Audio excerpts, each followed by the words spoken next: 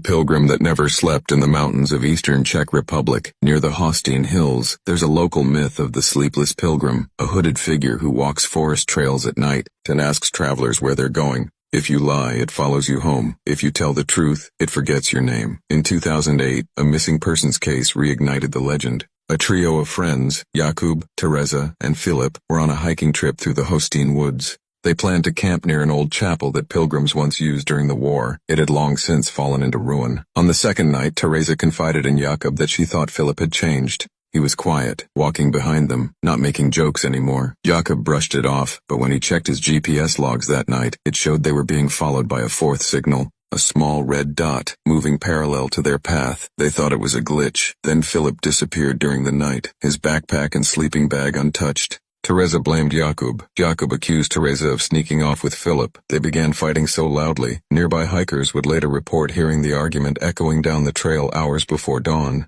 Jakub showed up 3 days later in a nearby village, walking barefoot and whispering names that didn't belong to anyone. Teresa was never found. Local police were skeptical until they reviewed Jakub's phone photos. The final picture, taken accidentally, shows him and Teresa sitting by the fire. Behind them a fourth figure, just barely visible in the trees. No face, no eyes, no feet touching the ground. Investigators returned to the campsite. On a nearby rock was a phrase carved in Czech. One lied, one vanished, one was watched.